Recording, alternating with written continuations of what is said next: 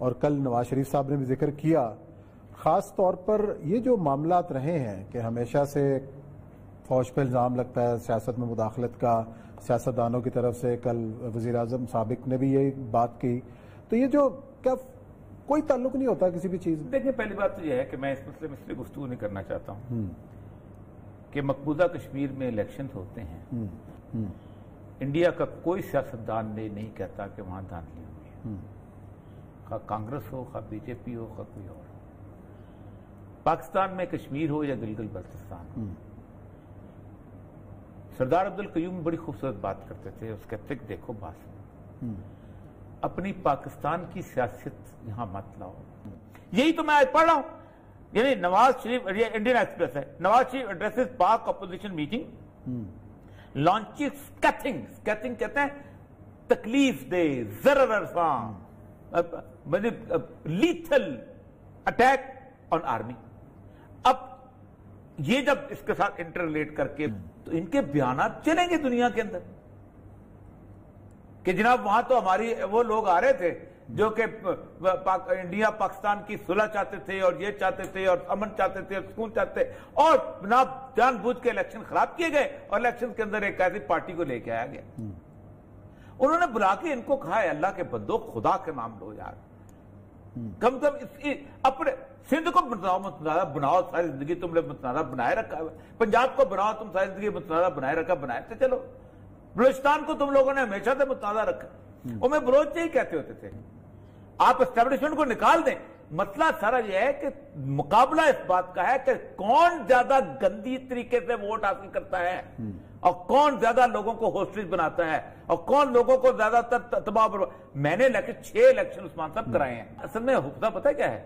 Establishment کا صرف ایک کام جو ان کو برا لگتا ہے، وہ یہ کہتے ہیں، مطلب میں اور آپ دونوں الیکشن لڑتے ہیں، وہ کہتے ہیں عثمان صاحب اس دفعہ تم نہیں لوگوں کو ڈراؤ گے، اوریا ڈرائے گا۔ اتنا فرق ہے۔ مجھے کہتے ہیں آرام سے بیٹھ جاؤ گھر میں، یا آپ کو کہتے ہیں آرام سے بیٹھ جاؤ گھر کے، آپ اوریا ڈرائے گا یہ پھر جیت جائے گا۔ ان کو ڈرانے سے وہ روکتا ہے، ان کو خوف دلانے سے کوئی روکتا ہے، وہ سب کچھ ہو جائے۔ اور ایک اور تاثر ہے، آپ اندازہ کریں کہ ایک ہوا چلائی جاتی ہے کہ اس نے تو جیت جانا ہے کیونکہ اسٹیبلشمنٹ کے ساتھ ہے تو ہم ووٹ کو دے اس کو۔ یعنی پاکستان کے اندر جو پوری کے پورا سسٹم ہے، یہی انہوں نے کہا ہے کہ بھائی جان اپنی لڑائی اپنے پاس رکھو۔ عثمان صاحب جس دن پاکستان کی سیاست میچور ہوگی نا،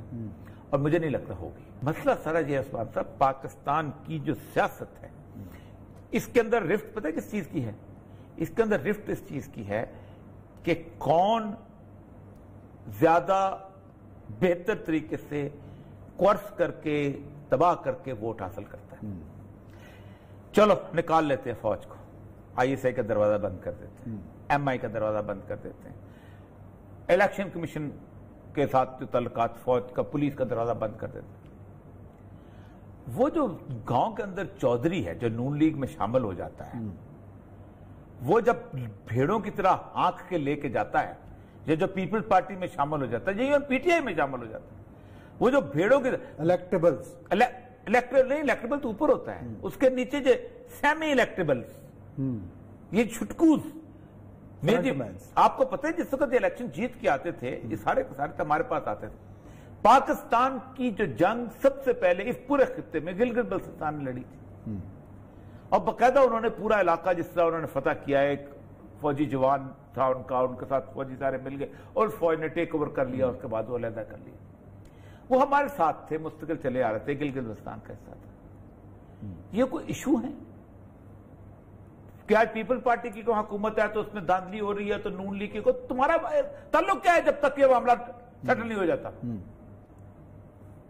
صحیح بات، تکلیف دہ بات ہوتی ہے کہ تم ایک، یعنی آپ کو اقتدار اور حوث عزت تک، راجہ فاروق یہی تو چیختے ہیں بیچارے، سارے کشمیری یہی چیختے ہیں، سارے گلگت بلتستان، ہمیں ہماری پارٹیاں رہنے دو، اللہ کا نام ہے۔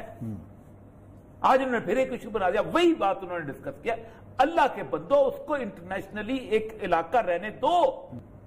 آئی نو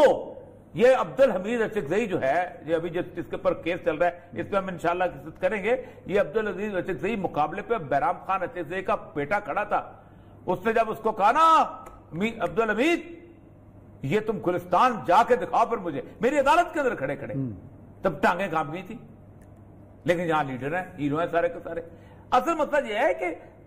ان کو پتا تھا کہ بہرام خان کتنے ووٹ لے سکتا ہے اور میں کتنے ووٹ لے سکتا ہوں. اب بہرام خان بندوق کیسے لڑا سکتا ہے اور میں کیسے، یہ ووٹ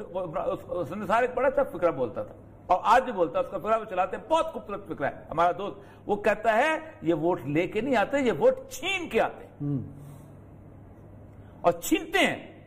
آج گجرات کے اندر، میرا شہر ہے گجرات کے اندر، آپ گجرات شہر سے باہر نکلو، آپ مجھے بتاؤ یہ جو ساتھ محمدی پور جسے محدین پورا کہتے ہیں، وہاں لوگ آزادی سے ووٹ دیتے ہیں. نکال دو، باقی نہ میجر بھی جاتا، دوسرے بھی کیسے دیتے ہیں؟ جو ان کے ساتھ جو گنڈے پل رہے تھے، کون سا ایسا لیڈر ہے بڑا بڑا چند ایک خوش رفا کو چھوڑ کے کہ جس کے دروازے کے اوپر پاکستان کے مفرور جو ہیں اپنی مفروریاں نہیں کاٹتے؟ جس کی دشمنی ہے،